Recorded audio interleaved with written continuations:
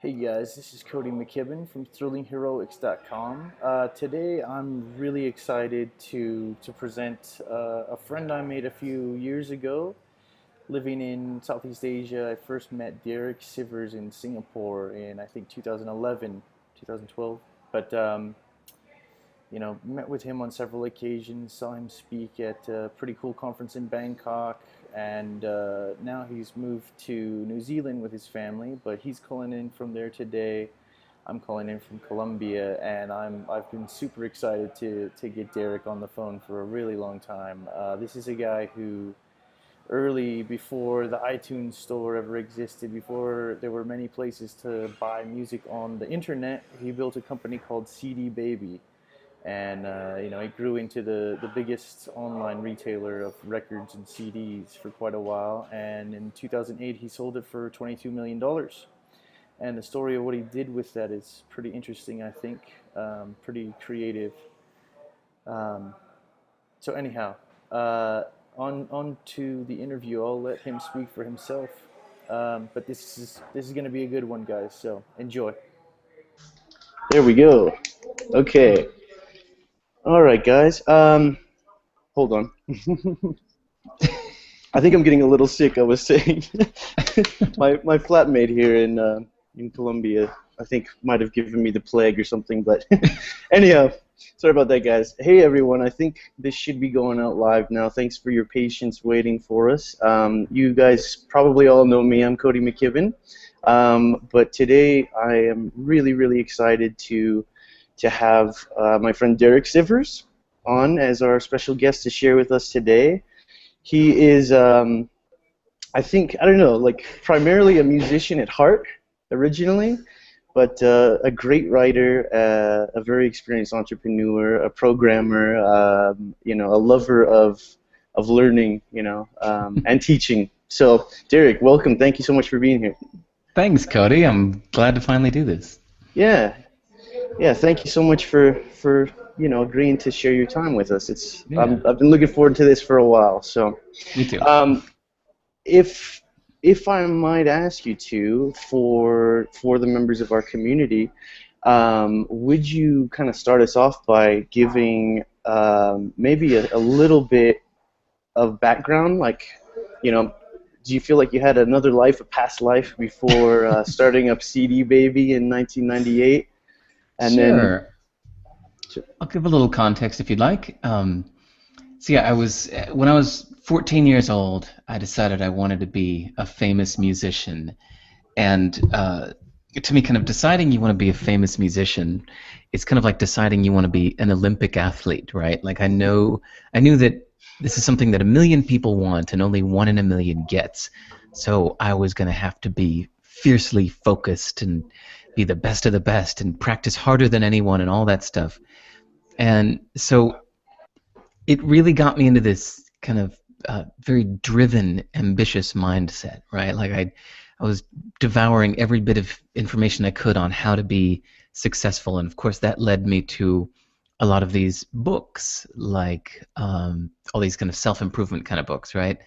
That I read when I was like 18 and 19, and totally changed my life. Like I feel like life got easier after that. It kind of gives you this base of healthy thinking, and so for 10 years I applied that to my music. So from the age of, I don't know, 18 to 29 or so, I was just a full-time musician, making a living as a musician in New York City, producing people's records, playing on people's records, touring as a guitarist. I toured with a Japanese pop star named Ryuichi Sakamoto, and booked my own gigs. I was the ringleader MC of a circus for a while. Just kind of did whatever it took to make a buck as a musician, and I did it. I bought my house in Woodstock with the money I made touring, and I was kind of living the dream as a musician, right? So in my mind, I was kind of like already successful.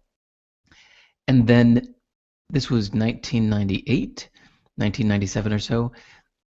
The internet was a different place back then, right? Like there was no PayPal. Amazon was just a bookstore. And so if you wanted to sell your CD online somewhere, there was literally nowhere to do it. Unless you had a big record deal, through a major distributor, nobody would sell your CD. So I set up a little thing on my band's website. It took like 3 months to build, a buy now button on my website. But when I did, all my musician friends in New York said, "Dude, can you sell my CD through that thing too?" So I was like, "Yeah, sure." So it was a favorite of friends on my band's website. It was like, "Click here to buy my CD," or some of my friends, and they were like some of my friends' CDs on my band's website. But then I got calls from strangers saying, "Dude, my friend Dave said you could sell my CD," and so I started selling friends of friends CDs on my website. And that's about the time I realized I had accidentally started a business. So I took those friends off my band's website and I put them on cdbaby.com, a stupid little domain name I grabbed. And it became the largest seller of independent music on the web with, was it 150,000 artists, 85 employees, 2.5 million customers, and yeah, 25 million in sales or something like that. It just got huge, like way bigger than I ever wanted because I just wanted to be a musician. I didn't want to have a business taking me away from my music. And so I did that for 10 years. From the age of 28 to 38, I ran CD Baby. And after about 10 years, it felt like the company had grown bigger than I ever wanted it to be. I didn't want to be like an IPO kind of, Richard Branson type guy. So I walked away. I gave it to somebody else and sold it and took all the proceeds of the money I made selling it and put it into a charitable trust for musicians and decided to shake shit up and replace my operating system. So I love that's that. some context, yeah. Yeah, yeah. Um, so, well, I know you're very humble about your success. Like I think you were quite fortunate to the way things panned out. Mm-hmm. Um, uh, you found yourself in a fortunate position, and I think you made the best of it. And you're very humble about it, very down to earth. But if you don't mind sharing, could you go a little more into depth about yeah, how you kind of got yourself out of the business and what that did for you, Oh yeah. and also, curious if you would share the story with the listeners about kind of how you uniquely structured that with your charitable trust. Oh, that part. Okay, yeah. Yeah, it came down to this, that again, to give a little context, CD Baby was very profitable. I was the sole owner. I had no investors. It was just a total bootstrapped thing. It cost me $500 to start it, and 375 of that 500 was for that stupid SSL certificate, so it could be a secure website. That was my biggest startup expense. So pissed that cost 375. So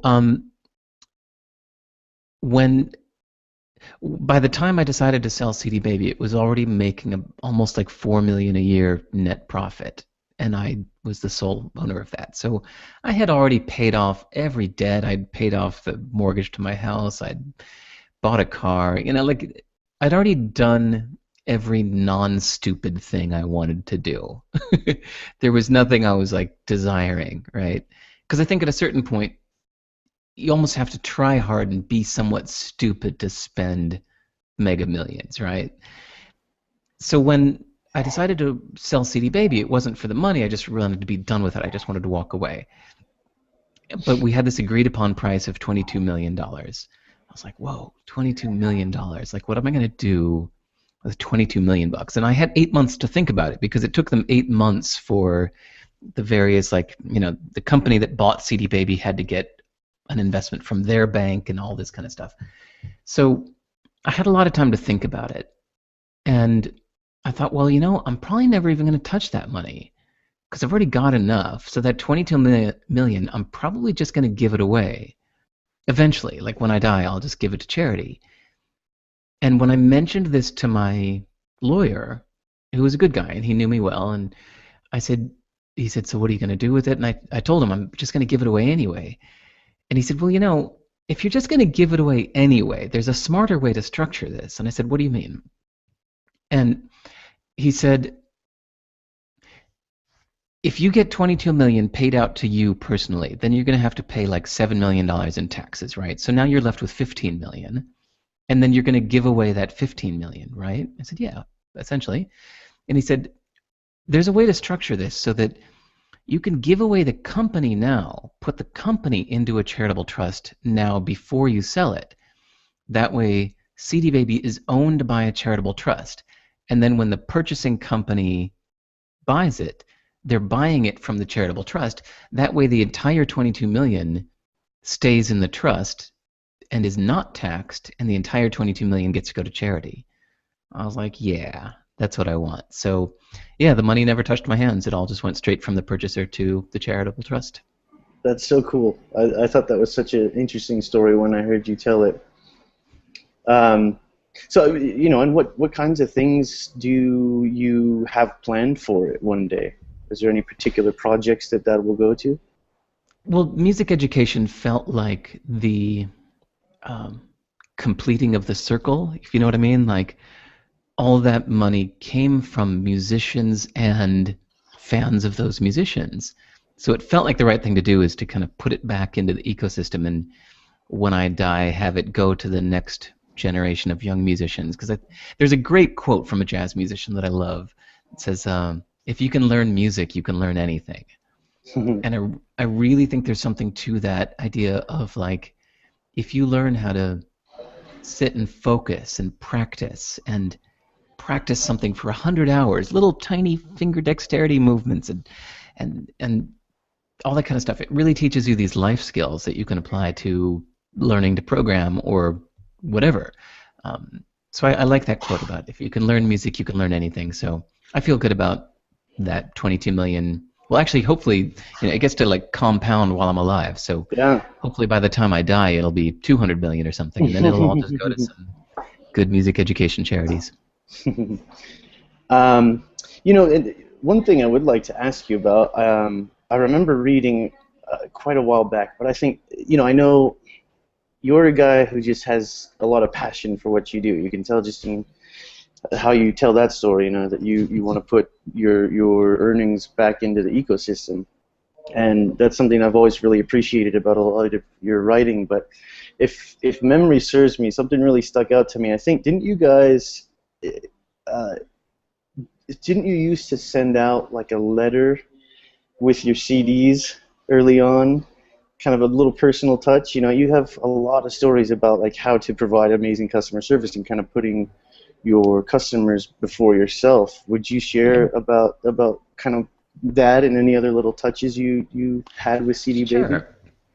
I mean, for the most part, the big idea was just to have fun doing it, right? I think that most people get so fucking stiff when they think about business. They're like, oh, it's business. I have to be serious. This is money. And maybe it really helped that I was coming from a place where I was already a somewhat successful musician, and then I was starting this little thing on the side. So it's not like I was desperately needing the money, or it wasn't like I was desperately wanting to be Mark Zuckerberg or something. You get this sense of, like, desperation can take a lot of fun out of things, right? Like when you really, really need this, you're not.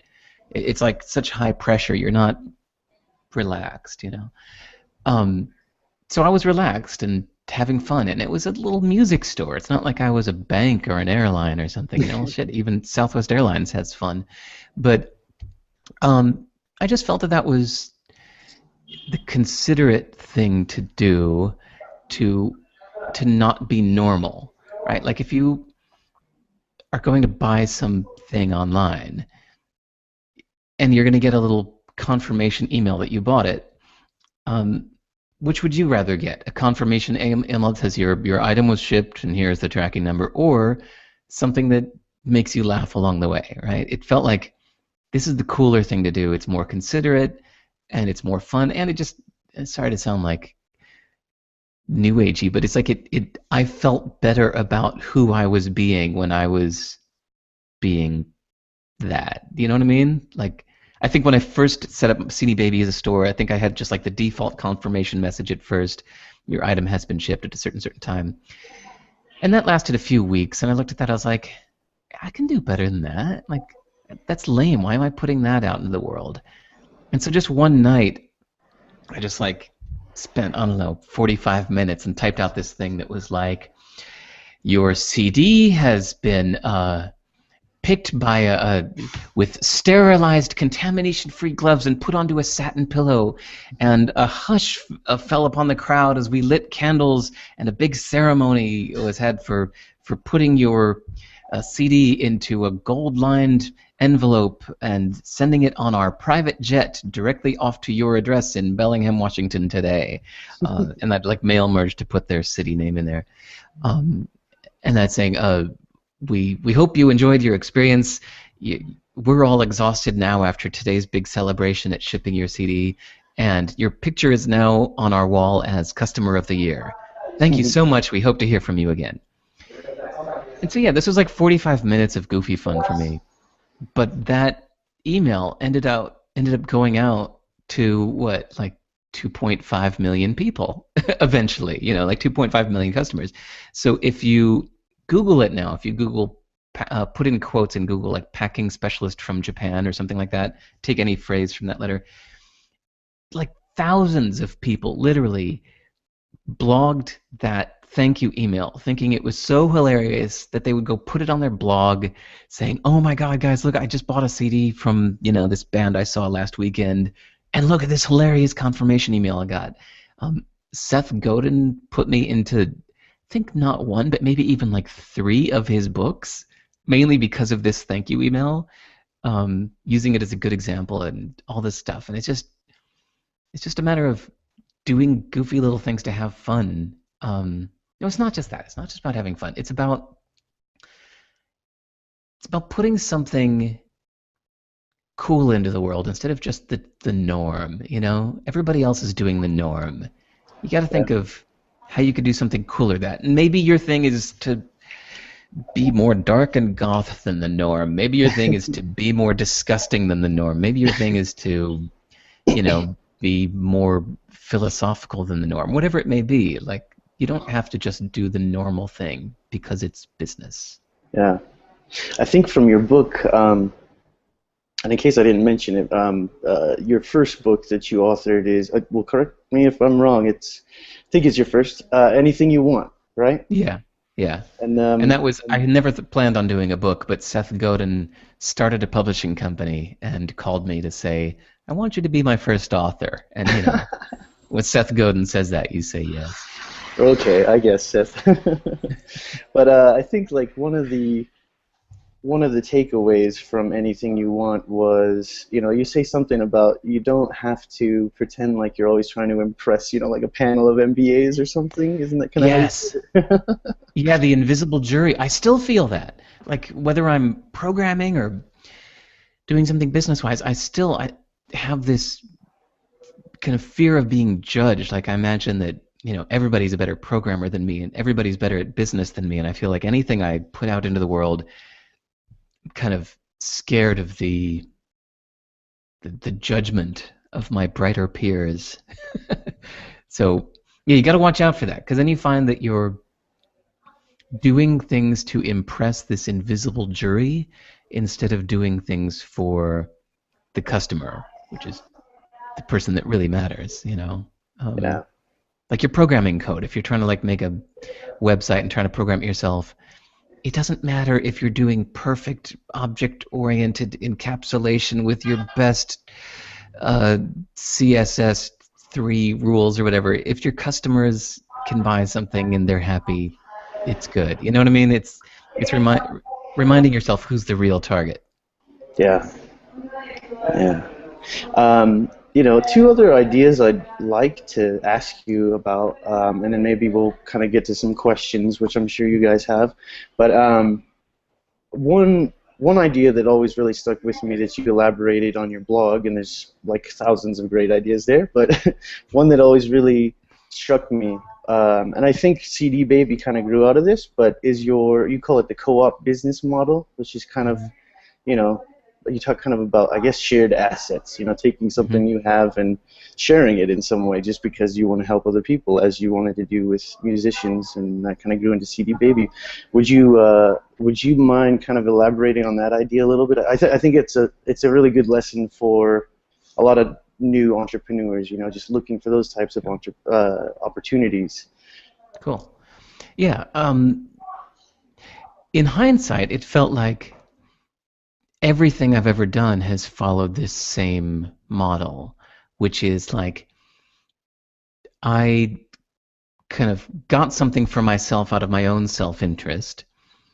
Say, with CD Baby, it was that I wanted to sell my CDs, so I went to the trouble and spent $1,000 in setup fees to get a credit card merchant account from my bank so that I could process credit cards directly. And remember, this is like before PayPal and all of that. So it used to be that the only way you could accept money from someone with a credit card was to like work it out with the bank and set up your own credit card merchant account. And they actually like sent inspectors out to my location to make sure I was a valid business. I had to incorporate, set up separate bank accounts, and luckily I had my little recording studio run out of my living room, so the inspector came over and I could show him my recording studio and say, see, I'm a valid business. I need to process credit cards for my recording studio clients. And he said, okay. And he gave me the approval to charge credit cards. And it was a lot of work. It was like 3 months of setup work.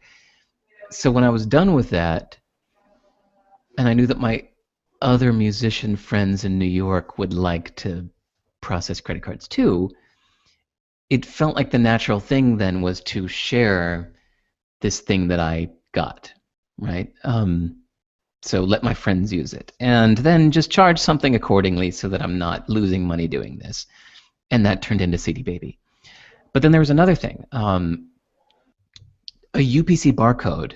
Back if you're pressing up physical CDs, it was kind of cool to have a UPC barcode on the back of your CD so that you could get into traditional distribution outlets and record stores. For those kids listening these days, there used to be stores that would sell music. Um, and to get a UPC barcode cost at the time like $650, I think, from the Universal Code Council. You had to set up or whatever. But what they would do is they would give you a prefix, a 6-digit prefix that is now your prefix, and you were allowed to generate, I think it was 100,000 barcodes under that prefix, right? So I spent the $650, got the UPC barcode prefix just so I could make one for my album and then maybe a few future albums I released. Yeah. But then anytime I had a friend who wanted a UPC barcode, I was just like, dude, I got 100,000 of them. Here, I'll give you one. And then again, like friend of friends started saying, hey, my friend Dave said you could get me a UPC barcode. So at first I was doing it as a favor, and then I was like, how about this? How about $20? Because every time somebody wants one, like I have to keep permanent records so that I don't assign two to the same person, and I have to generate the little bitmap graphic and provide a little customer support. So I was like, yeah, $20. That sounds about fair. So, dude, for the next 10 years, those 100,000 barcodes at $20. I think I made something like $1.5 million just selling UPC barcodes to people that needed them because I spent the $650 up front. And the funny thing is, it sounds almost like I'm almost embarrassed to say that, right? But then it's like they got them for $20, whereas it would have cost them $650. So it was a good deal for them. And it's Yeah. a good deal for me. And holy shit, I was just the guy that was in the right place in the right time and did it. So there are lots of examples like that. Yeah. Even web hosting. I learned how to host my own website and build my own, Apache config files and do the Linux server sysadmin stuff to like make my website run well. And then when I heard my musician friends complaining about their web hosting company, I'd be like, "Oh, dude, I'll put you on my server for free. Don't worry about it." And then same pattern keeps happening. You see a pattern here. Do it for free as first, and then more people come along, and I'm just like, okay, I better start charging $20 for this. So I started charging $20 for web hosting, and that made $4 million. So Wow. yeah, that was like we don't talk about HostBaby much because it laid low, but HostBaby made as much money as CD Baby did. It was just Wow. 4 people in a room doing web hosting, $20 a month for 5,000 people or something like that. It was nice income. Yeah, I mean those examples that you've shared are they're really inspiring to me, and I think they're great for people to hear because it's just it's like almost an everyday thing today, especially Yeah. those types of things. But yeah, if you have such a unique, creative way of kind of looking at the situation, and I think that can be applied to any number of things. But it's just Yeah, an and interesting way to it take a goes with simple idea. knowledge. Yeah. I find it happens with knowledge a lot too. Like if there's something that you've figured out how to do, whether it's flying an airplane or trademarking your business name, like then now you have this knowledge that a lot of people want, and then you just find a way to share it with people and charge accordingly, you know. Yep. That's great. Um, One other, I think yesterday or maybe the day before for you. I'm not exactly sure what the time difference, but you also wrote about imitation and Mm. kind of like copy, not being afraid to copy ideas, business ideas, song ideas. If you're a musician, whatever, kind of copy, mirror things that you like or creators that you look up to. Kind of made me think of like our friend Dan's idea about rip, pivot, and jam. Have you read No, I Dan don't know about that. that? Taking an idea that you like or something that's been successful. This is particularly for business, but Mm. rip the idea off almost, but kind of pivot it to something that's a little more you or what you're Mm. about, and then jam is like work your ass off to make something of it. But Yeah, I I like really that. like that. That's another just a simple but good idea. I think that is important for everyone, but especially for people new to business to learn about. Do you have any good examples of that for yourself? Well, I mean, there's the one. If you see the blog post, the only real one I could think of that I remember was when uh, the only company that was really like the direct competition to CD Baby had this feature that a lot of people liked, and we didn't have it. And I just found that at first I had this more artist mindset of thinking that, well, I didn't come up with it, so oh well, too late. And it took me a whole year to realize, like, well, it's actually the considerate thing to do to take that idea and offer it to my customers too. Because right now my customers are losing out because they chose me instead of that company. They like all these other features about my company, but they miss that feature about that company. I'm actually doing them a disservice by not ripping off the idea. So I was like, all right, I'll just clone the idea, and we did, and it was a huge success. So yeah, I think the lesson is it's a little bit of kind of like swallowing your pride, um, but the bigger point is that it's um, it's admitting that even if you try to copy something exactly, you're not going to make an exact copy. It's always going to be twisted with your own perspective, and Yeah. hopefully twisted better. So when you read blog posts you love by somebody, copy it, make your own version, make it, say that same thing in your same voice, in your own voice. There's really no harm in copying and using these influences. Yeah, and I really liked. I think that was the post where you used the example of like cover songs, right? Kind Yep. of like even when someone covers a song, they're gonna do it in their own way, and it might sound spot on in your own head, but other listeners are gonna notice the differences. They're gonna see what makes you unique, and Yeah. there's not really anything wrong with doing that. Yeah. I thought that was a great lesson. Um, Thanks. yeah, like so, all of you guys, if you're not already subscribers to Sivers.org, you need to be. There's like you've seemed to step up the pace a lot recently too, but just so many great ideas and lessons on there. Um, Thanks. let me. There's a lot more to chat about, but let us take a quick break. If you guys have questions, I think some have been putting comments on the YouTube, but you can also tweet me. It's at Cody McKibb, CodyMcKibb. I'll kind of try to keep an eye on Twitter in the background if any of you have a couple quick questions. And Dylan, is there Uh, anything yeah, that you pulled in? Jason said, I've been experimenting with productive versus non-productive days or periods. How does Derek deals with his days his energy might be off and he just feels non-productive? Great question. Nobody's asked that. That's a really good one. So let me make sure I understand. So it's how do you deal with just some days you feel productive and some days you don't, right? And how do you Yeah, deal with just your that? non-productive periods versus your productive periods, and how do you Okay. deal with those sort of interchanging periods? Um, two ideas. For one, so many times I've found that even when you're so not into doing something, if you know you need to do it, you just like fucking suck up and deal and make yourself do it anyway. And you can just curse it the whole time. You can be like, spewing obscenities while doing this thing you know you need to do. But then the funny thing is, if you just start, you find that sometimes your energy comes back because you're doing it. Especially if it's. I find that the things that I've been procrastinating for a long time. Last night I just did one. There's something. The details don't matter, but it's something that I've been needing to do for a long time, and I was so not into doing. And last night, like instead of going to bed, my wife was like, "Come on, let's watch a movie," and I said, "I'm gonna go do that thing I've been avoiding forever." She's like, "You sure?" I said, "Yeah." I said, "Okay." So I like went downstairs and for like 3 hours, I just did this stupid thing I've been avoiding, and I got it done, and I'm glad I did. And it's like sometimes you just do it anyway, right? Just because you have to. So just come on, our lives aren't that hard. Fucking suck up and deal. um, so on the other hand, there was there's this great idea that you don't have to force things all the time. Most of us probably need more balance in our lives, right?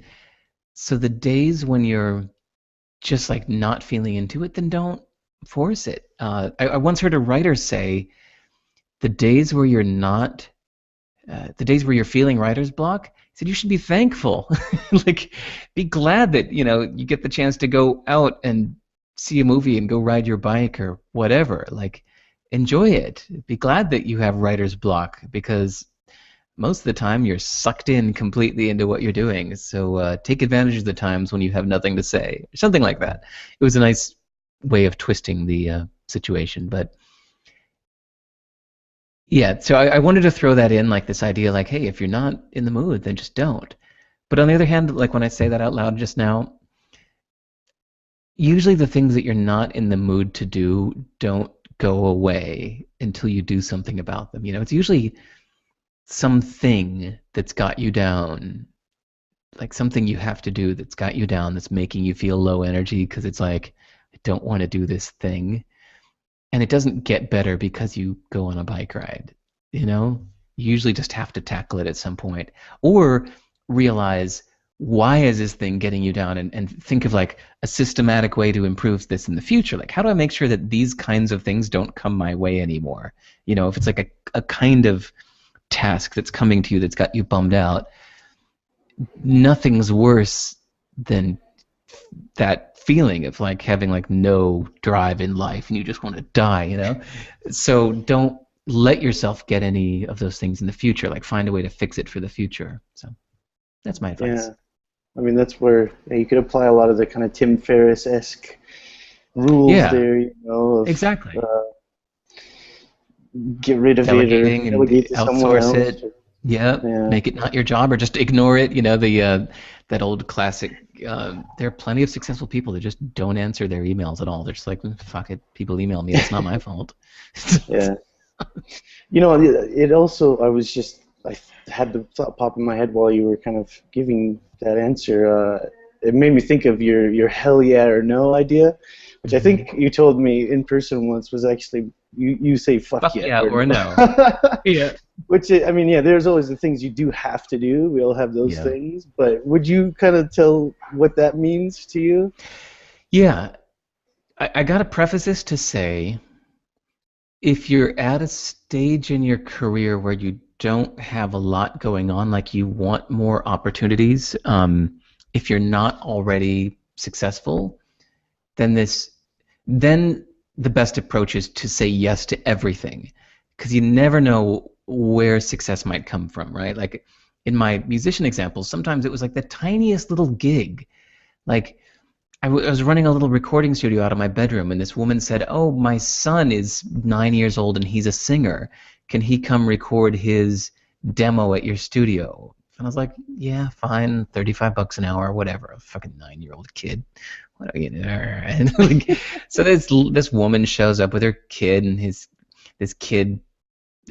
He's funny. He's like this little kid that's like staring at his feet. You know, he's like, she's like, "Okay, Greg," his name is Greg Pozo. So, "Okay, Greg, we're gonna hit record now. You ready?" And he goes, "Okay." And as soon as I hit record, he's like on, and he's like singing into the mic, and he's, hands in the air. And so record this kid's demo. He actually later went on to be a pop star with a boy band. His name was Greg Raposo. You can look him up. I forget the name of the boy band. It wasn't, Backstreet Boys, but it was one of the second tier ones. Anyway, the real point is, his mom was friends with somebody at a TV station, and because she thought I was a nice guy and I think I gave her a copy of my CD, she gave this CD to her friends at the TV station, and for years, this TV station used my music and all these kind of like beds underneath TV shows. I think it was the Lifetime. Was it Lifetime? No, Oxygen. It was the Oxygen TV network or something for women. I don't know. But I got paid thousands of bucks because they used my music and everything, all because of like one little gig, 9-year-old in my recording studio. So the point is, if you're at a point in your career where you are looking for more opportunities, then the correct approach is you just say yes to everything. Do everything, no matter how small. Say yes to it all, right? But when you get to a point where you're swamped and you're overwhelmed, then you've got to change your approach, and then you've got to change it to the fuck yeah or no philosophy, which says that, like, if I'm feeling anything less than like, oh hell yeah, that would be awesome, oh my god, that would be amazing, I would love that, say yes to those things and say no to everything else. Because there are all these little things that you say yes to out of guilt or fear or, whatever, just wanting a few extra bucks or whatever, that fill your time so that when the occasional big hell yeah kind of thing comes along, you don't even have time to give it the attention it deserves because you've filled your time with all these little half yeses, right? So the philosophy that's really worked for me really well in the last, 10 years since I got more successful is this just hell yeah or no. Like, just anytime something comes up, if you're wondering whether to say yes or no to it, kind of ask yourself, like, is this like an OMFG? Fuck yeah, absolutely. Yeah. And if not, no, just say no, because then it just leaves more room in your life for that occasional hell yeah thing that comes along. Yeah, I think that's so great. Fuck yeah. Yeah, I mean, I get Go caught ahead. up in that because there's so many things that are like, it's like, well, that could be cool, that might be fun, that might work out, or it's just somebody asks a favor or something, and you kind of feel like you should, but it's easy to get really bogged down and busy with lots of little things that aren't necessarily fuck yeah projects. Yeah. Let's see, Dylan, if you do have a question you want to ask away. Yeah, I was just going to kind of ask for like an analysis. So you operated CD Baby, in 1998, I think you said, kind of in like the Wild West days of the internet, where it wasn't quite as saturated, and if you were in the know-how, you were kind of a god amongst men, and so that's, as you said, you had people coming to you just asking for, advice or asking you for favors, essentially. And now it's basically commonplace, the internet is, and everyone kind of has the technical knowledge, and the internet's so saturated. But you've owned businesses now, so I was going to ask like your analysis on operating a business on the internet in the Wild Wild West days versus now. Like, what do you see the differences? What do you see the sort of the strengths and deficits of each? I think there's still, I guess, the internet is just, it just becomes invisible, right? The internet isn't the point anymore. I think it's cute if you've ever driven through the middle of rural kind of out of the way regions, you might still see the occasional motel that has one of the old signs from the 60s that says color TV, right? Like it used to be a thing that you used to have to advertise on your motel that you've got color TV, and it would make people come into your motel versus somewhere else because, hey, color. And I kind of feel that way about like online marketing, that people still say online marketing or online business. And it's like, okay, let's just face it, the internet is so everywhere in our lives. We kind of don't need to mention it anymore, that it's an online business, you know? Mm. It's just a given. Like there are very few businesses that are not online. I guess the dude that comes by and trims my trees, you know, once a year, it's not so online, but most things are. So, yeah, you're right. It's just so prevalent that it's just a given. But inside that now are future niches or existing niches that say, I don't know whether it's 3D printing or something like that, which I'm not into, but if I was, it feels like that's probably a small enough community that you could still go make a name for yourself in 3D printing and becoming an expert at this thing and having your niche and becoming known as the guy that's really good at the something something in 3D printing, or whatever it may be. There are these tiny niches still everywhere. So think of, you know, where I met Cody in Bangkok, the Dynamite Circle, and the stuff you're doing. Like we've still got our own little niche communities now, right? Where there aren't that many people that are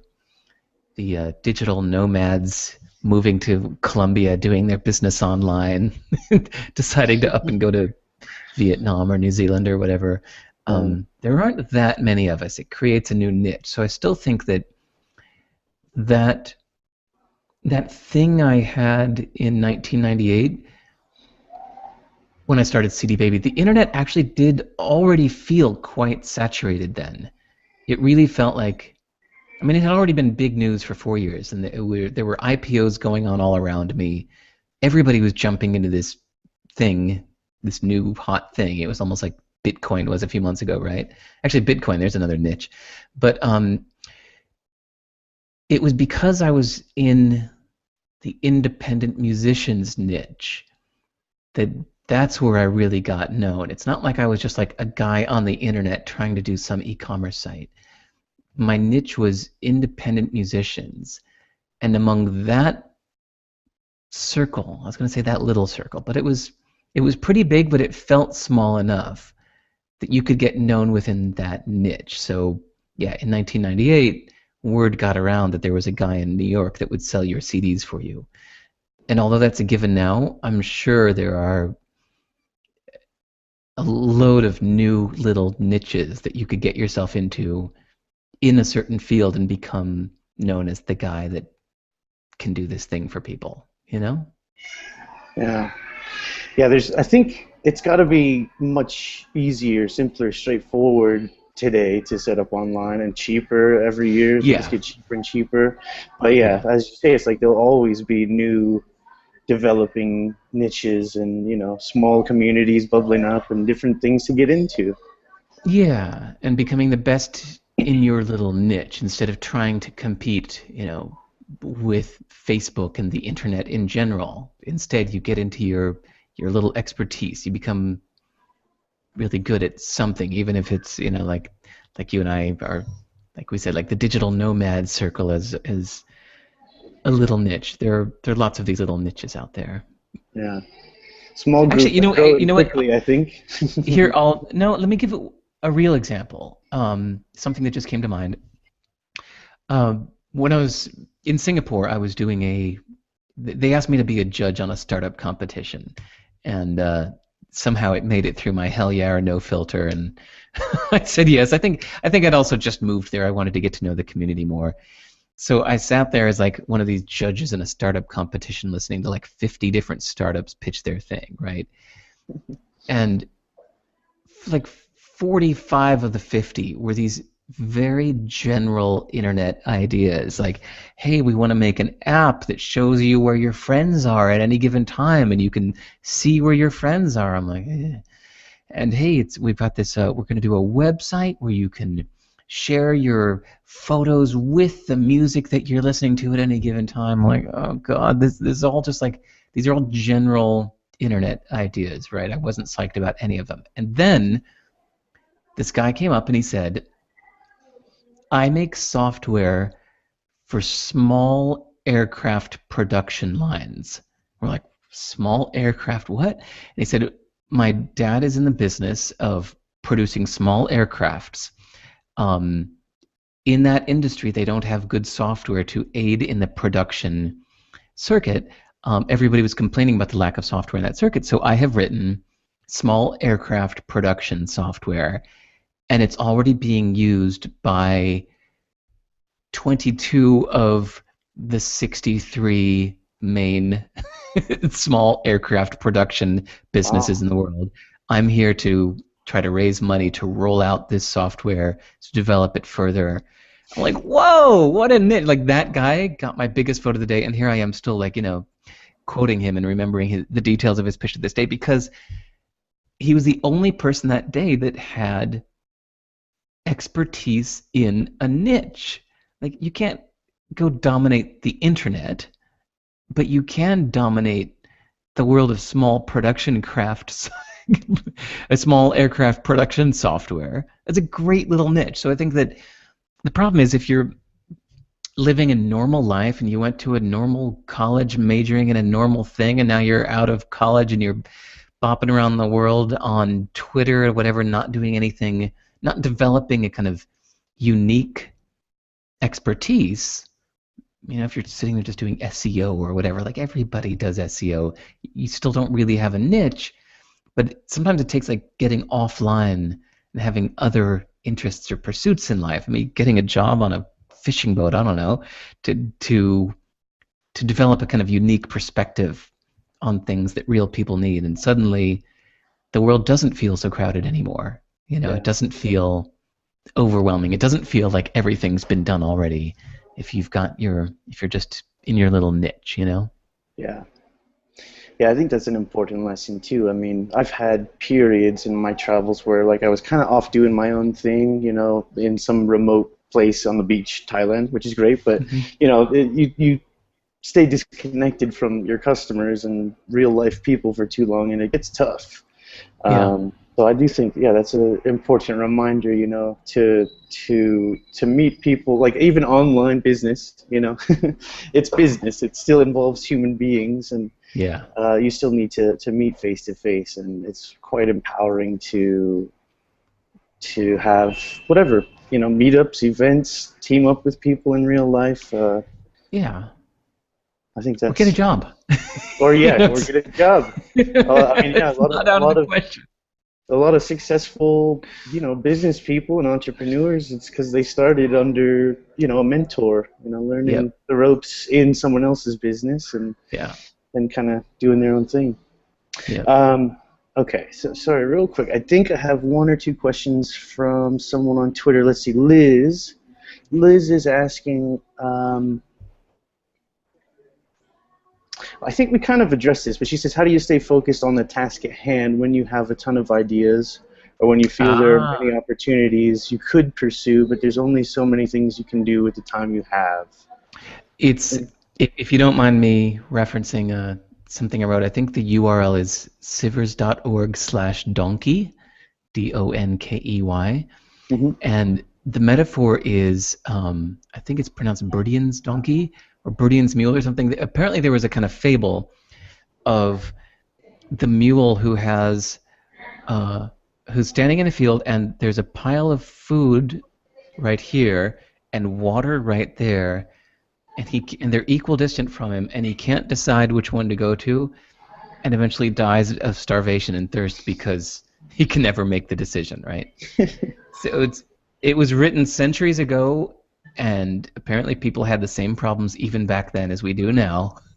And it's this idea of, like, oh, there's so many things I want to do, I can't decide, and so you're paralyzed because you're not deciding.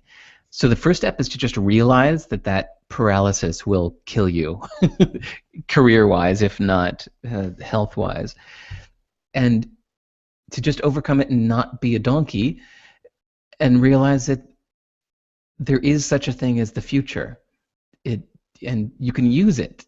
So you can have 3 things you want to do, and instead of freaking out because you want to do all 3 at once, just pick one. And it doesn't matter which one, kind of like the donkey example. It doesn't matter if he would have just gone to one or the other, he wouldn't have died. It doesn't matter which one you do first. Just pick one, and the other 2, you push them off into your near future to-do list, and you do them after the first one is done. There's so many careers that look like people have done so many things, and you admire them, but then if you look closer, you realize they were all sequential. You know, they did one thing completely for a few years. They only did that one thing, and then they switched and did something else completely for a few years, and then they switched and did something else for 9 months. They did this movie or this project or this book, and then something else. If you try to do them all at once, you won't get anything done. That's good. Yeah. You know, I'd kind of like to ask a little bit, actually, if you don't mind sharing. It makes me think a bit about, you know, I think we first met in like 2011 when you were recently moved to Singapore and you spent a couple of years there, but now you're in New Zealand. And you know, I think from what you told me, you were attracted to, like, it's a lot quieter. You know, it's a lot more space. You have a lot more solitude, and you know, you're a self-described introvert. And I think that from what you've told me, like, you do your best work and you have your best energy. Yeah, when you have more time for yourself, more solitude. I'm guess my question is, like, do you have any feedback for other beginning entrepreneurs, you know, aspiring entrepreneurs and people kind of early in their journey who are, you know, also feel that way, like quite introverted? I mean, you're super engaging in person, and you spent a lot of your time in Singapore giving back heavily to kind of like that entrepreneurial community in the startup scene. But I know you felt good about kind of moving and having more of your own space. Is there any advice you have for other folks in your shoes? Yeah. It's actually kind of like the thing we were talking about 15 minutes ago about the fuck yeah or no. Yeah. It is like you need to change philosophy or change your approach. It's like there's one road that gets you from the beginning to the middle and a different road that gets you from the middle to the end, kind of thing, where even if you're an introvert and if you just like being alone, you don't really like crowds or meeting lots of people, earlier in your career, when you need more opportunities in your career, you got to just do it anyway. Move to the big city. And I think this is really important, actually. If I look back at my career, and a lot of the successes came from the fact that I was living in New York City and LA. That's where a lot of the big successes that happened in my career were just because I was there. You know, the famous and successful people I became friends with, and then the other kind of top name people that they sent my way to be my clients were just because I lived a mile down the road, you know? It's not even just about visiting or seeing people once a year at South by Southwest or something. It's like there really is something to be said for living in the big city for what you do. And for me in the music industry, that was LA and New York. Maybe for you that would be London or Shanghai or whatever, Bollywood. But there's really something about living in the big city. And then even if you're a natural introvert like me, you learn to kind of just turn on the extra. You learn to just fake it, basically. You learn to fake it for even an hour or two at a time. You go to some social event, some networking thing or some conference, and you're in your hotel room or whatever, you're just like, oh, fuck, okay, here I go. And then you walk out of the room, and then you walk into the conference room, and you just learn to, like, turn it on for 2 exhausting hours, talk with everybody, If people be sincerely interested and listen to people, my hand's waving over here while I talk, and get business cards, really listen to what people are saying, keep in touch after you go back to your computer, you type in their info, you send them an email, you keep in touch, you build a little system for yourself so you're keeping in touch with people every 6 weeks or whatever, and then you collapse and put on your headphones and watch a movie or something.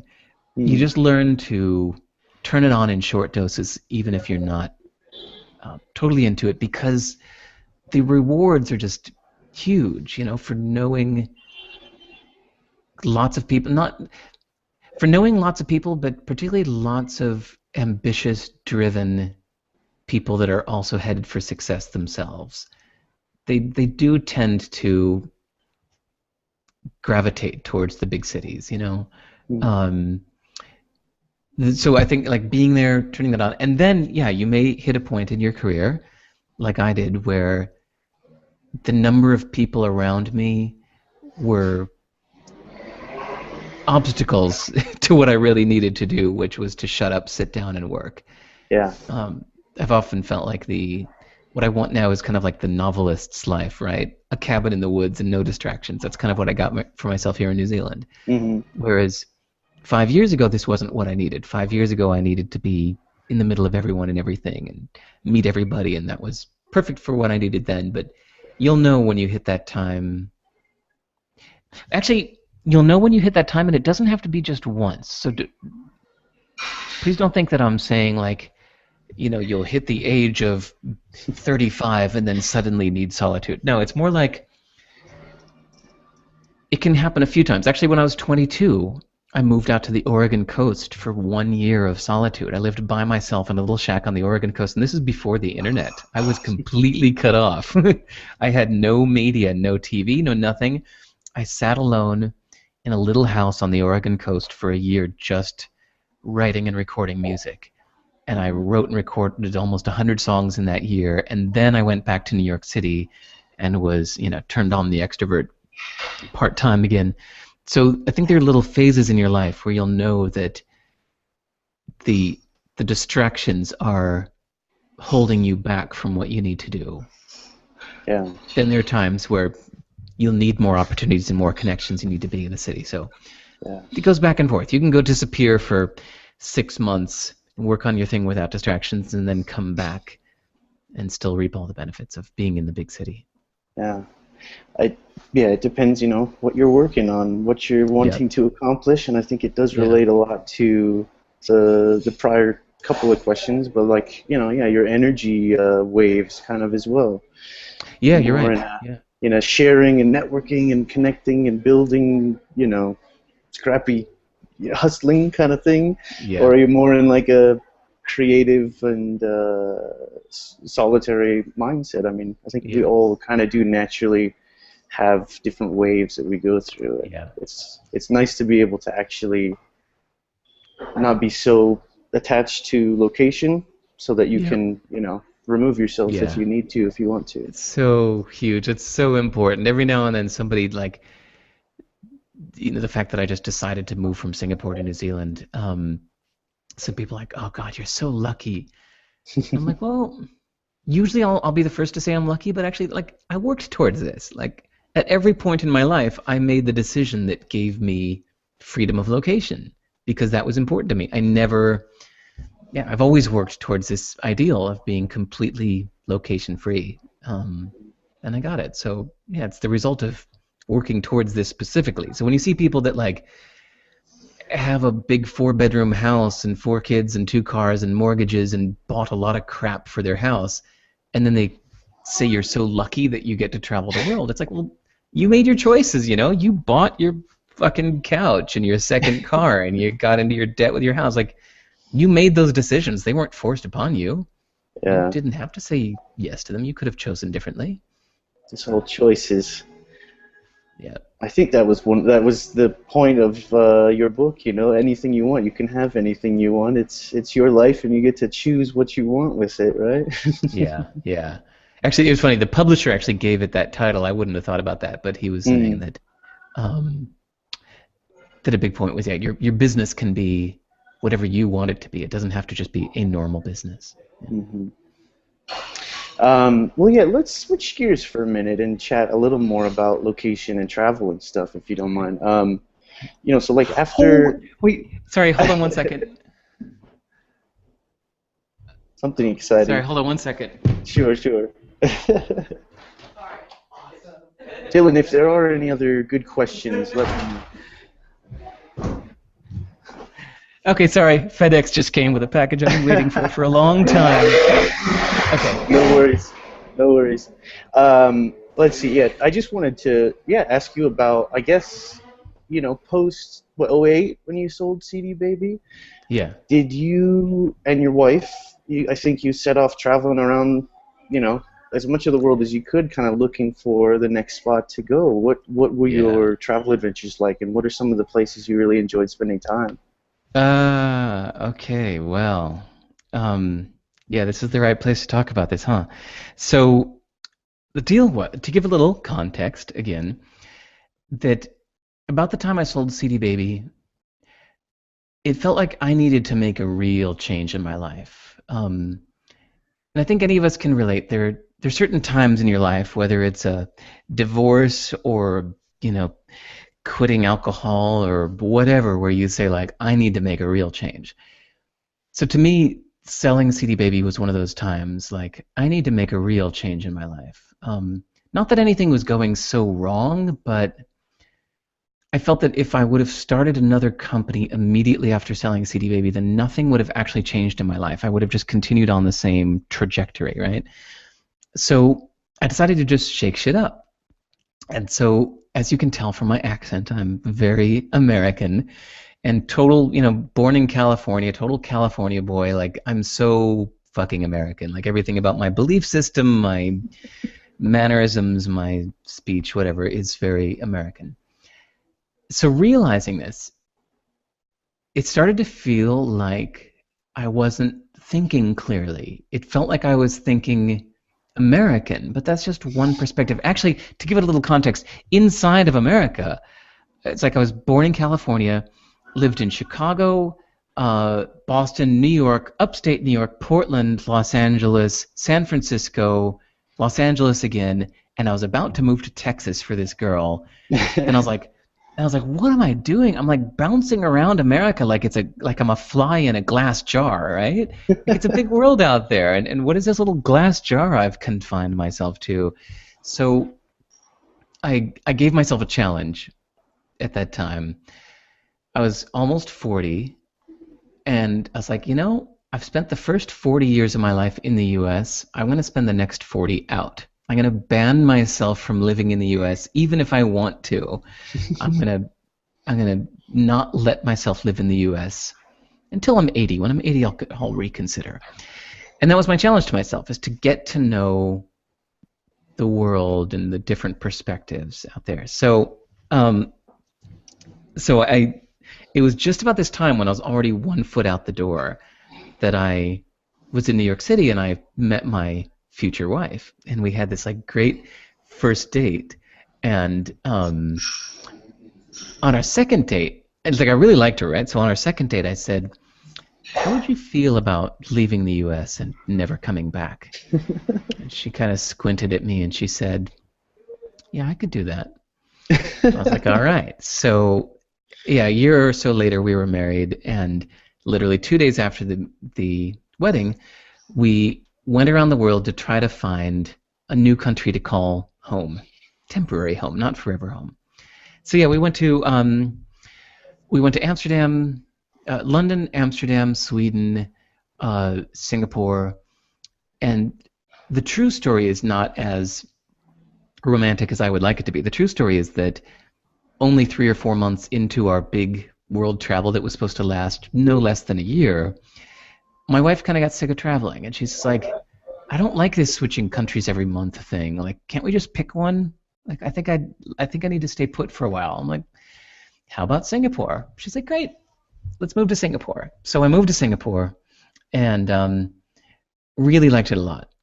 But then, as we just talked about, like, I just hit that point where I knew too many people in Singapore. I had met with over 1,000 people one-on-one in Singapore. I just felt like I knew everybody in town, and every single day I was getting a dozen invitations to a dozen events, and 50 people a week like wanting to meet up and hang out. I was like, oh my God, it's such a tiny little social place, and everybody is right there next to each other. I got to get out of here. And so that's when we decided to move to New Zealand for now. But yeah, eventually I would love to live in say a dozen different countries for a few years each. It sounds like a nice life to me. I like staying long enough to really get to know them. The whole idea to me is to stay until it feels like home, and then you're ready to go to the next, right? And my big role model was New York City. That when I was 20 years old, I moved to New York City. And when I first got there, it felt terrifying. It was intimidating. It was New York City. It was huge, and it just kept going. You could just like walk, and it was like high rises for like 150 blocks.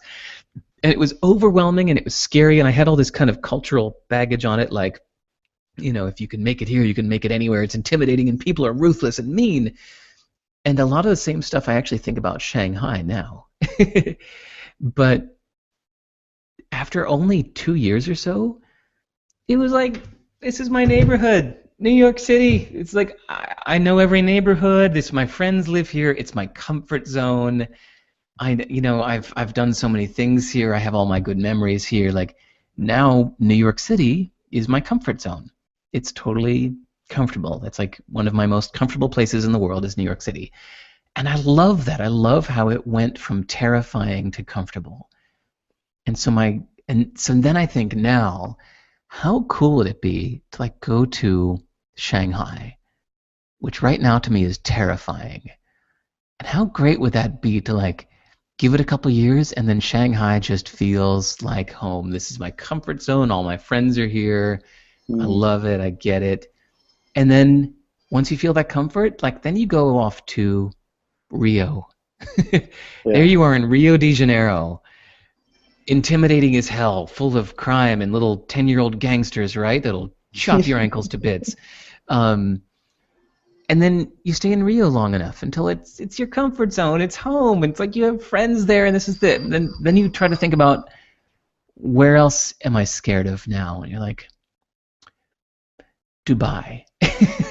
Dubai is scary. I'm going to move to Dubai, or whatever it may be, Delhi, Mumbai. Maybe you're scared of India at that point. I don't know. Like, maybe then you move to Lagos, Nigeria.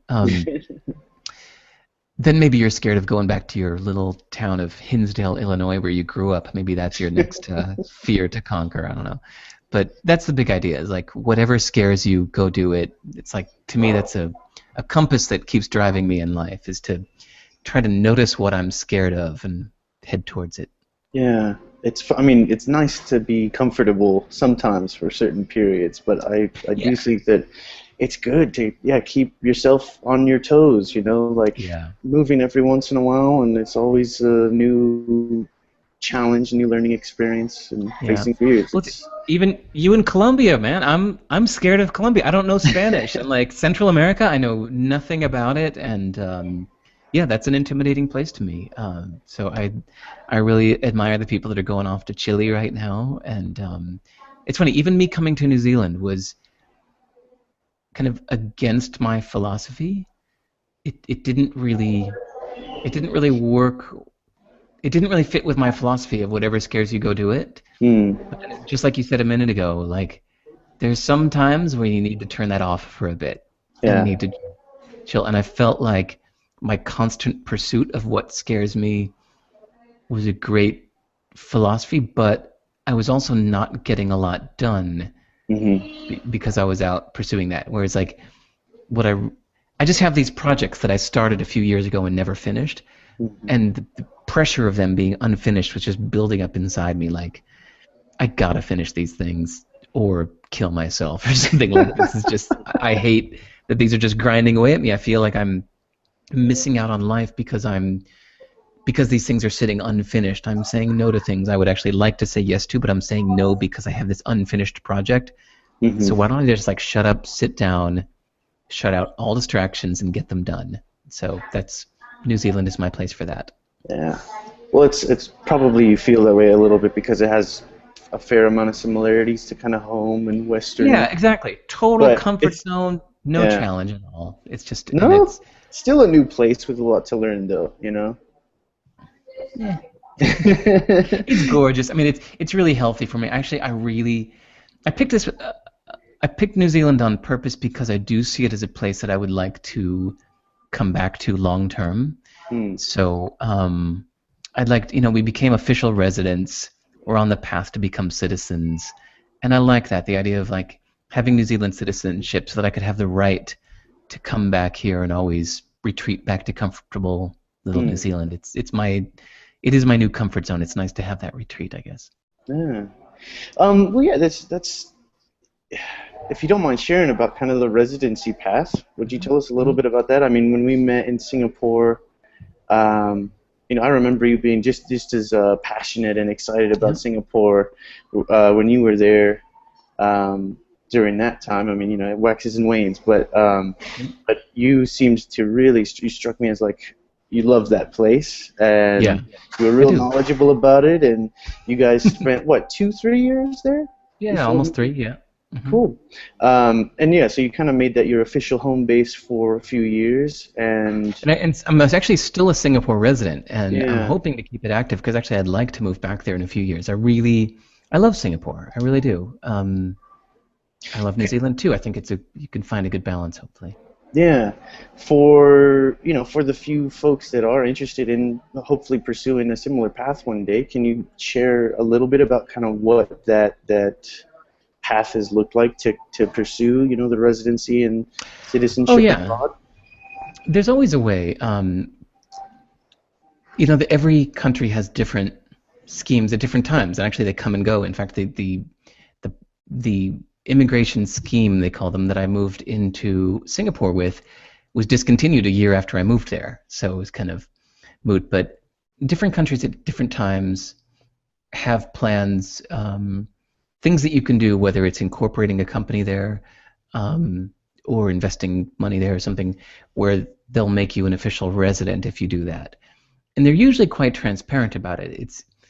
You got to understand it pretty much always comes down to economic reasons. They need their company to thrive economically, and if they feel that you could help them grow economically, they can make you a resident, right? So the startup chili thing, right, is one path that you could set up a company and then hire yourself as an employee and become a resident. In Belgium, there's a nice thing that if you incorporate a company in Belgium, you get something called a professional card, which means that you're now a resident of Belgium. And then if you stay in Belgium for 5 years, you become a citizen of Belgium, and therefore a citizen of the EU, which is a pretty awesome passport to have, giving you the right to live everywhere from Iceland to Italy for the rest of your life.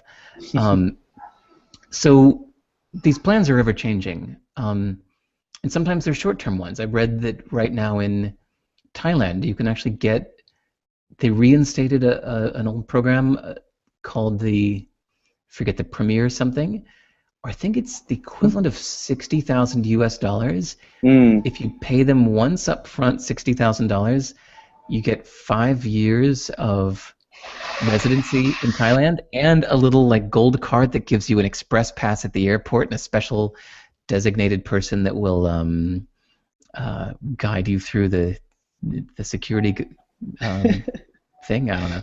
So Fast pass through the airport. fast pass, yeah, fast pass, yeah. So these So it's like things an are changing all the time. investor visa kind of. Yeah. So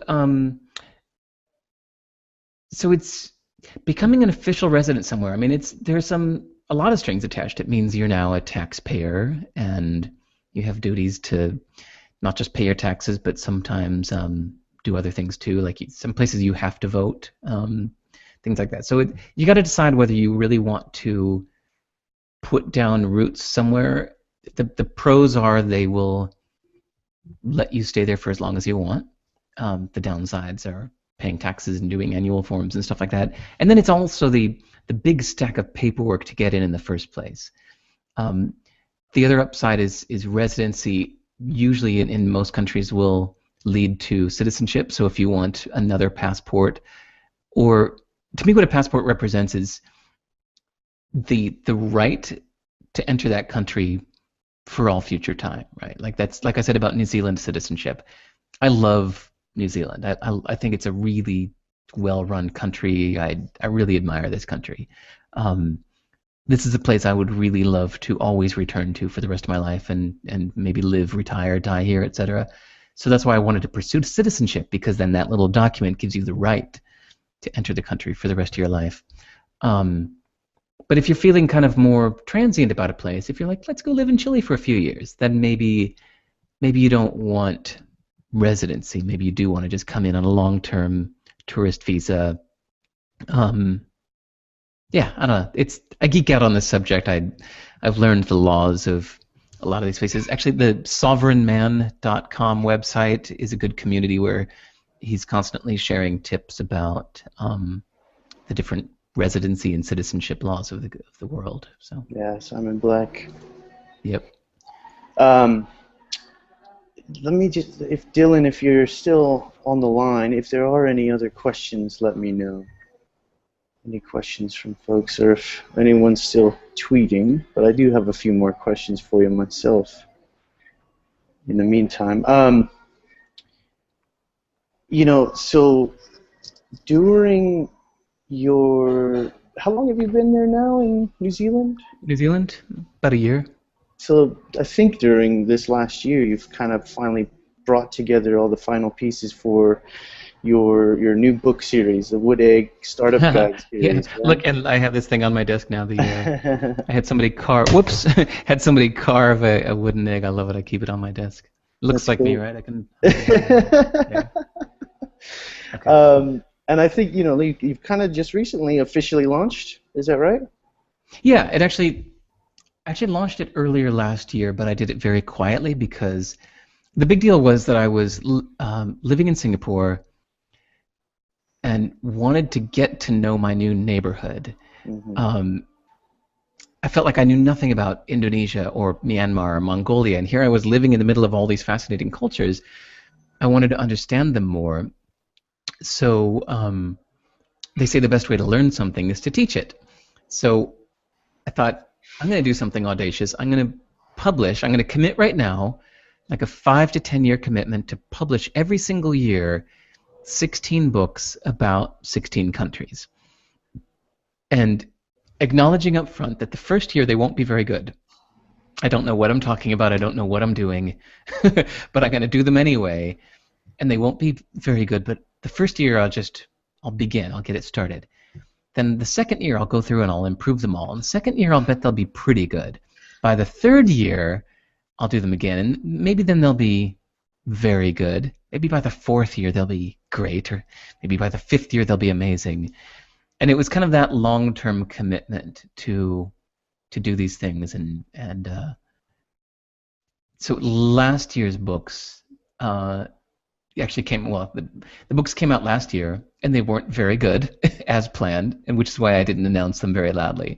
And so this year's books that just came out a few weeks ago are my second year doing it, and sure enough, they're pretty good. They're really getting good. Well, congratulations. Thanks. Are there, I think you have done a lot of travel to several of these places, at least, if not all. But you've also worked with a lot of people to compile just this tremendous amount of information for 16 books. And I think that probably you do address some things, similar to business opportunities. Obviously, it's how to set up a business out there, and maybe some of the residency for each of those countries updated each year. But it maybe in the bigger picture, from it's 16 countries across Asia right now, right? What are some of the bigger lessons that you might have learned, from your travels around and working with all these people to bring all this information together?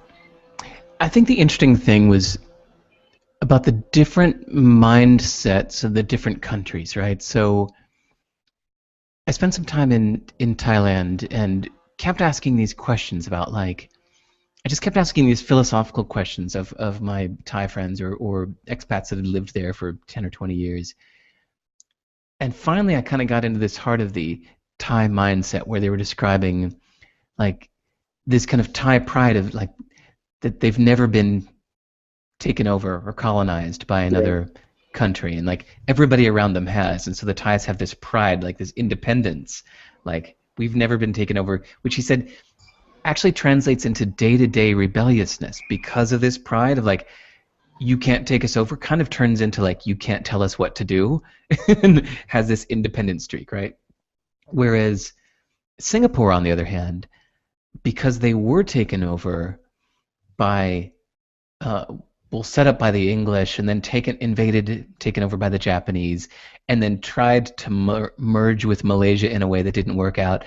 When Singapore came out of that, they had this like fierce independent streak that was actually about conformity, because it was kind of like we can prosper as a little tiny nation if we all get together and kind of follow the rules and all head one direction and all work together on this theme and don't rock the boat, then we can prosper.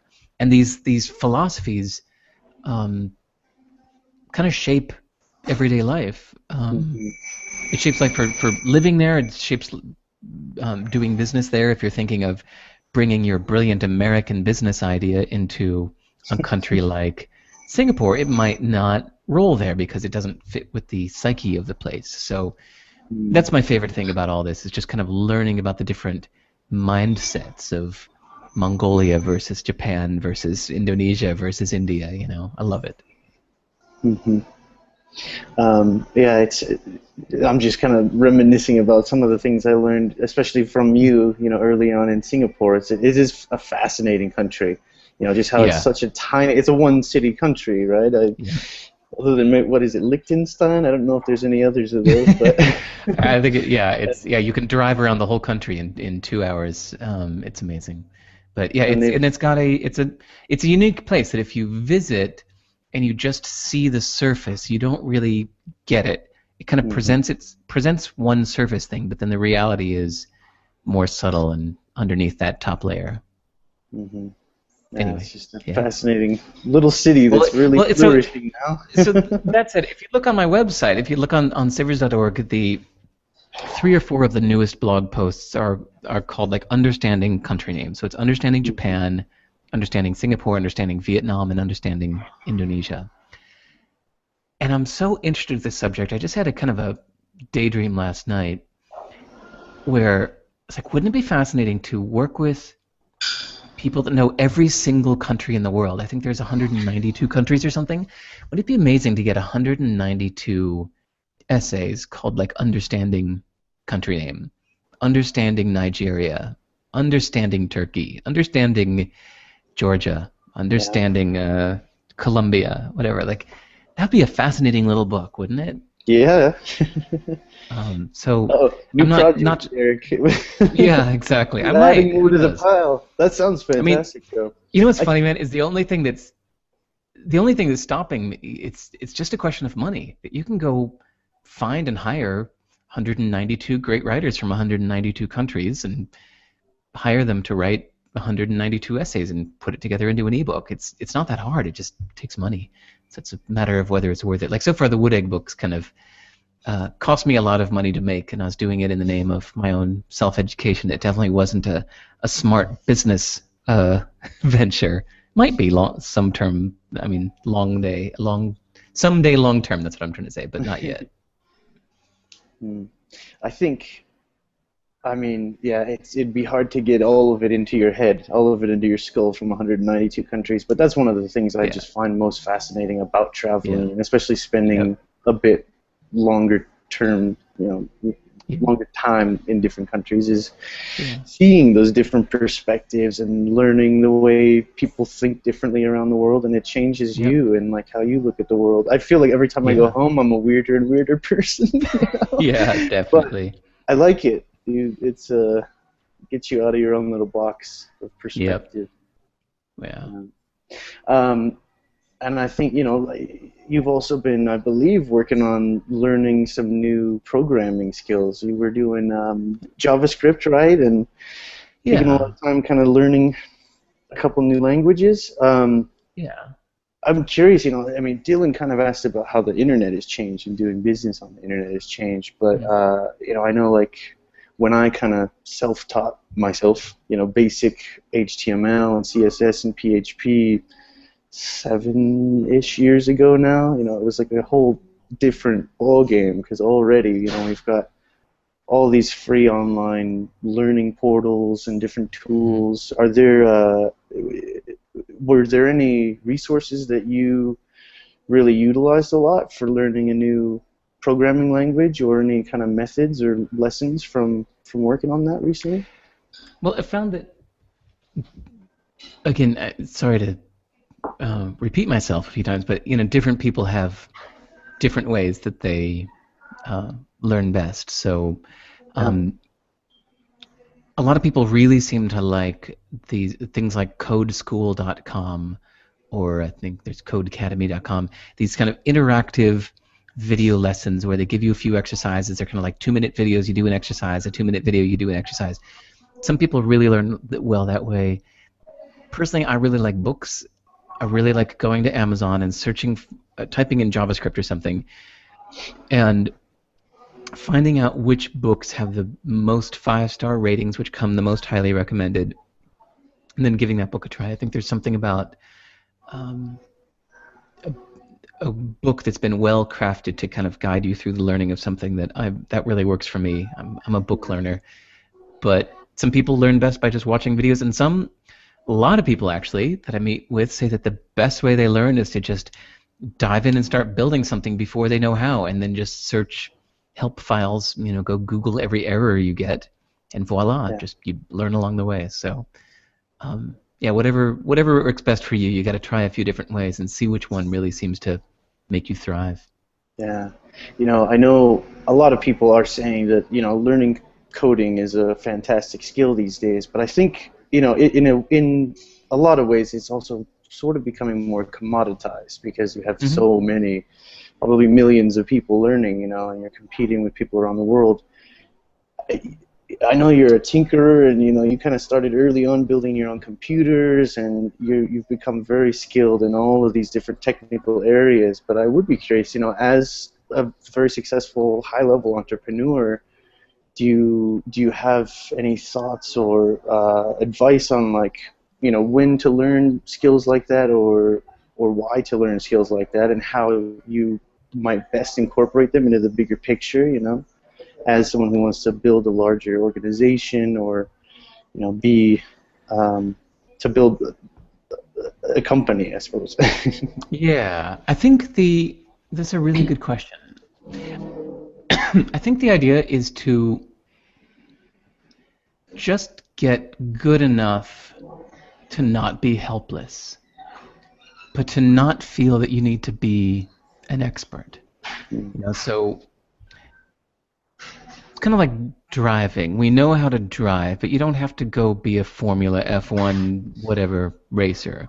You just know how to drive from here to there so that you're not helpless if you need to get somewhere and there's no taxi to take you, And if I think of the musician example, I feel that a musician should know how to record themselves. They should know the basics of how to set up a microphone and plug it into a bit of software and hit record and multi-track so that they can record their ideas and layer 2 guitar parts and vocals and some little percussion on top of each other. You don't need to be a great recording engineer. You just need to be good enough so that you're not helpless, so that you know how to lay your ideas down. And I think that anybody wanting to be a tech entrepreneur should be good enough to just know some basic HTML, PHP, maybe just the basics of having a little database, so that you can turn your ideas into reality just good enough to show them to people, to kind of get a proof of concept. You don't have to be great, just good enough so that you're not helpless. That's the mission. Yeah, I think that's very solid advice. There's a lot of things for us to learn as entrepreneurs or aspiring entrepreneurs, but I don't know if you could see that in the glare. So I realized that I knew nothing about accounting, and I was kind of helpless when it came to some accounts, and I was like, all right, I need to know about accounting. So I picked up a book on it was just on my desk next to me now. It's like I'm going through a workbook about accounting. It's still that same idea. Like, I don't need to be a registered CPA. I just need to know this stuff good enough to not feel helpless about it. Yeah, know it well enough to be able to carry on a meaningful conversation with others who you might employ to do it for you, right? Or to just, yeah, exactly.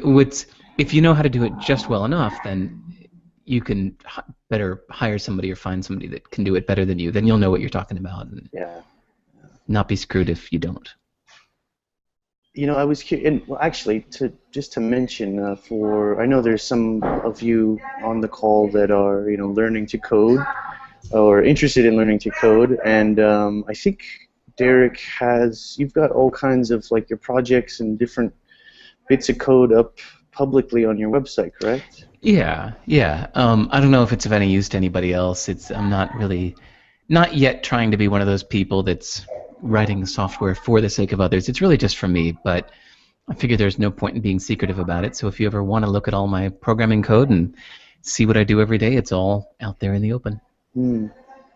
And so, have you, other than putting out this massive Wood Egg series recently and learning a few new skills, are there any of your other back burner projects you've kind of come back around to recently? One of the ones I remember you talking about that I was interested in was Muckwork. I don't know if that's something. Muckwork is what I'm working on next. Sorry, hold on 1 second. Sorry, there's been a mosquito I've been watching flying in front of my face this whole time. I just got him. Muckwork is something I've been working on now, finally. I started working on it back in 2008 when I sold CD Baby. It was literally the next day after selling CD Baby. Like, I got a good night's sleep the night I sold CD Baby, woke up in the morning and started on my next company, and that was Muckwork.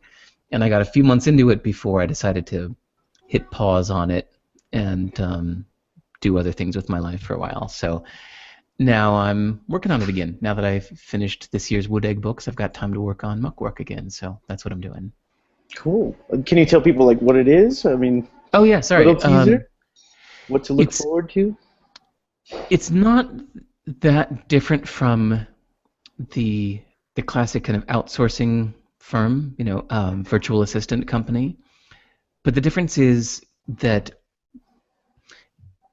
the virtual assistant companies, the problem is that you still need to micromanage the tasks, right? So if you're outsourcing something, you still need to be very good at delegating and managing and describing exactly the steps to do it instead of just saying, please do it for me.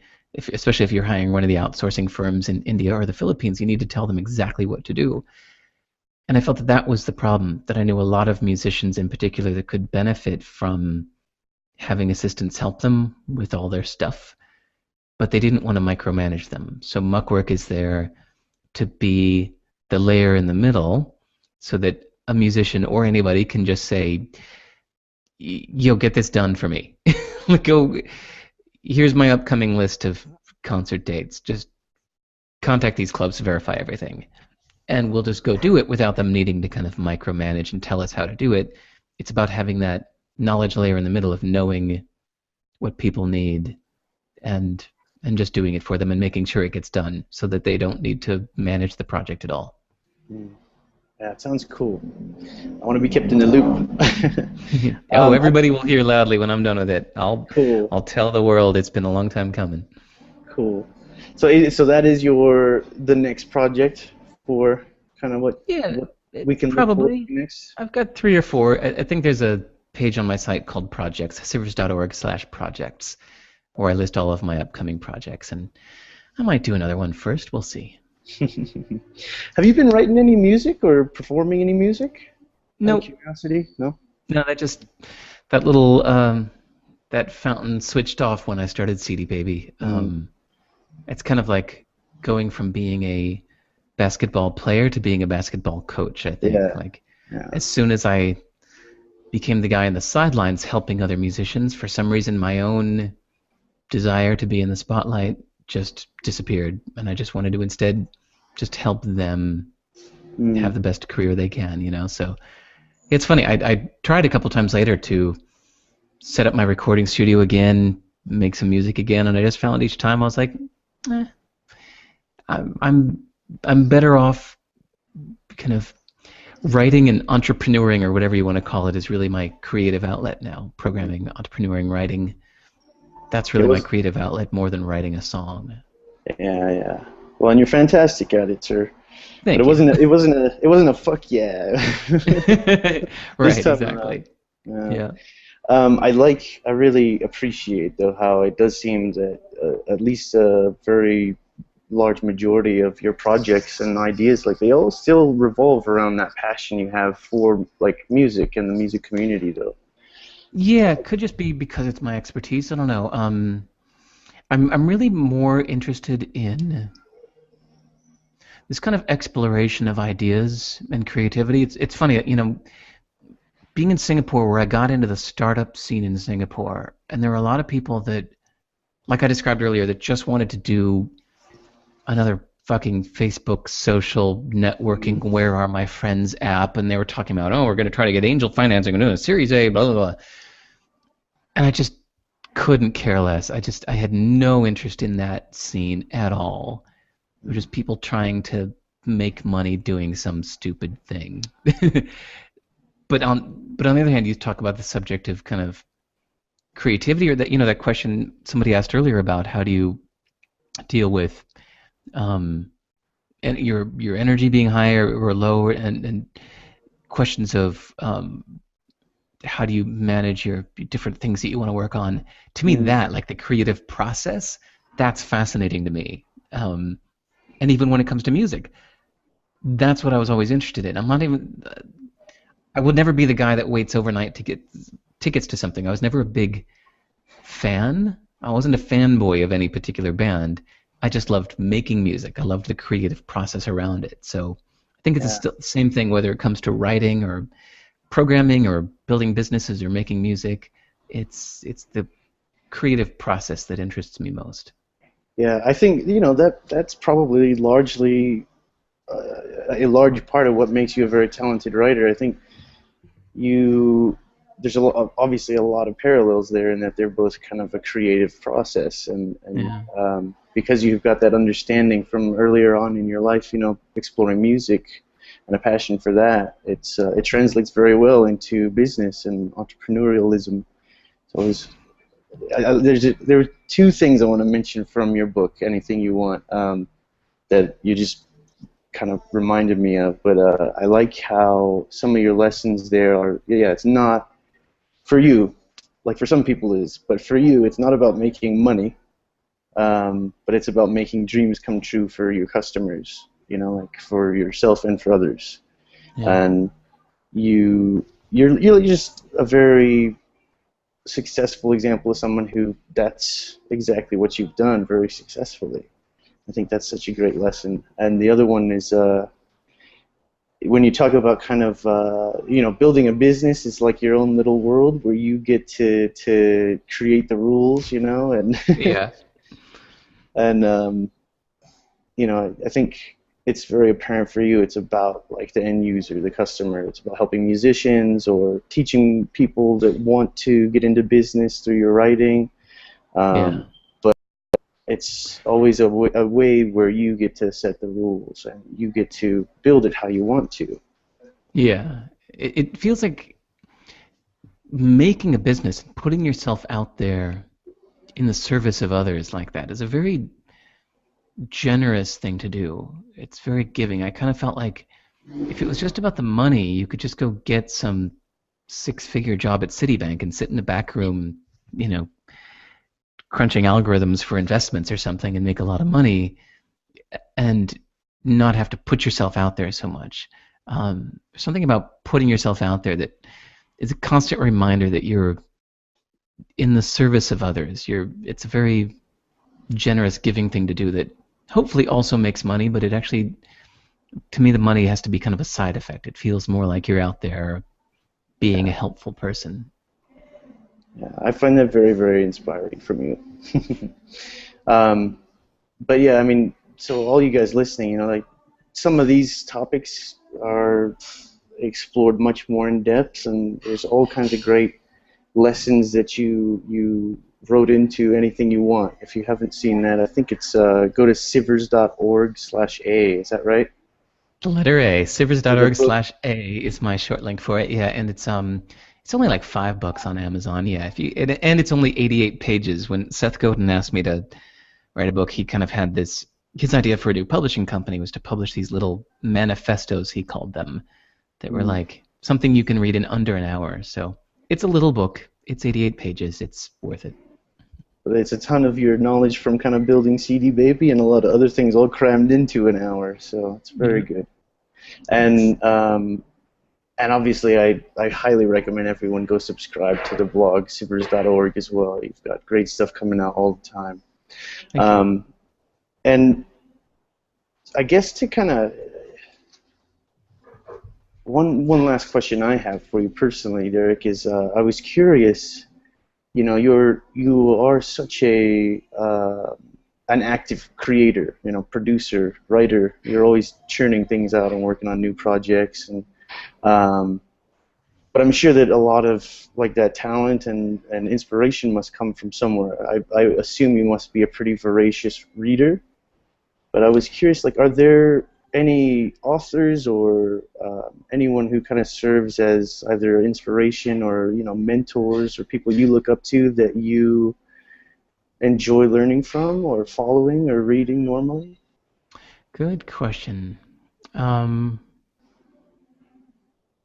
Actually, if you look on my website on Sivers.org, I have a thing where I put all of my book notes. Like every time I read a book, I post it up on my site. What most people don't realize is the order that they're sorted on. If you go to that page, Sivers.org/book, I sort them with my top recommendations at the top, so that the books. Actually, out of the hundreds that I've read, I only picked 4 books that I gave a 10 out of 10 rating to, so that they would sort to the top of the list. And even if I read a great book, I'd by default, no matter how psyched I am about it, I give it only a 9 out of 10. Unless, like, a year later, I still find that I'm thinking about it all the time, then, 10 out of 10. So if you're talking about, like, which books or authors inspire me most, that's the best way to check it out. Instead of me rattling off a couple here, go to that list and see. For each book there, I put a little description of it, and then if you click into it, I have detailed notes for each. So click through and see which one grabs you at a certain time. Because I think that different books at different times in our life are what we need, Yeah. Right now you might need a kind of philosophical book that expands your mind, or right now you might need a down to brass tacks, no nonsense book that's about how to double your income, or right now you might need the what was that workbook on accounting I'm reading? I don't know. So, but yeah, of course in any field, whether it's painting or programming, the role models are always the prolific ones that are doing lots of great stuff. So there are even some programmers out there that are just, they blow my mind, like how much they've created for the world and keep doing it. And it's all open source and it's all free, and they just have some job at HP or something, but they're churning out amazing open source code just free for the world. And those people are real role models for me. And then, yeah, Seth Godin when it comes to logging, I guess. And some people like, yeah, I think a lot of authors are my heroes these days, but entrepreneurs, and yeah, there are a lot of people. Actually, what's this guy? His online name is Pud. I forget his real name sometimes. I think it's twitter.com/Pud. Well, I'm spacing on his real name. I know the guy. Anyway, he's one of those guys that has a bunch of business ideas, and he makes them all happen. And I so admire this. And his newest one is called distrokid.com, distrokid.com. Philip Kaufman, is it? He's the guy that, like, back in the .com boom, Kaplan, he did Kaplan. He did fuckedcompany.com, and then he did like another like social networking app that would share everything you put on your credit card would get tweeted out to the world or something like that, and which is kind of very audacious and creative. And he's just this fountain of productivity that just every time he has an idea, he just pulls, and he's using some old outdated software called Cold Fusion, but he uses Cold Fusion to make all of these business ideas happen, and I love that. Maybe they're not perfect, maybe they're not the best code. It's fucking cold fusion, but he launches it and he gets it done, and Yeah, I so admire that. I would yeah, like to do more of that. that's very cool. You started to kind of. It sounded like you were maybe limiting yourself there to just more entrepreneurial. But I mean, are there other, yeah, authors, more traditional authors, or even musicians, or anyone that has, you know, maybe given you, inspired you at some point and kind of changed the course of your life, or that you still look up to? Oh God, I mean, like that. Yeah, well, the books I've read have totally changed my life. Um, you know, your very first question where you asked me to give a little context, and I mentioned this thing that like when I was a teenager, I just decided I wanted to be successful, and I started reading all of these self-improvement kind of books. Hmm. Dude, I think those books are still underrated. These books like Think and Grow Rich by Napoleon Hill, Mm. How to Win Friends and Influence People by Dale Carnegie. Um, Those were two of the first that kind of, yeah, those are, yeah, spoke they're to the me as well. 1930s, man. I mean, it's been what 80 something years Yeah. now, and they're so good and just kind of mind changing. And then you have more recent ones. You have going back to the 90s with the Tony Robbins books. His two books Mm. out there, especially this one called Awaken the Giant Within, Hmm. are amazing. Then he put out a lot of audio programs. I don't know why he doesn't like to put things into print as much, but he did a bunch of audio series, one called Power Talk and another called like Personal Power 2 or something like that, that you can find probably on Pirate Bay. And they're so good. Just really like gets you into a really good mindset. And of course now there's probably more than ever people putting out some amazing books, and just I look at my book list there that's on my site Yeah. even. It just those books changed my life. They changed the way I think, the way I see the world, the way I even in little itty bitty moments. Sometimes it takes an effort at first, like to. It's just one silly example. The idea of anytime something goes wrong, the first thing to do is to ask yourself what's great about this. Mm.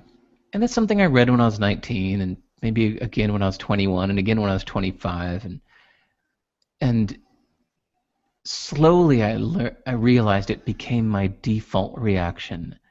You know, so now like as soon as something bad happens, I'm like, okay, well, what's great about this? And I just noticed that my head goes there right away, and it gets under your skin. You know, it just becomes a part of how you think. The way that some people are influenced by their parents or the friends they grew up around. Like you can choose these great books and have them become your parents and friends and your biggest influences, you know. So definitely did for me.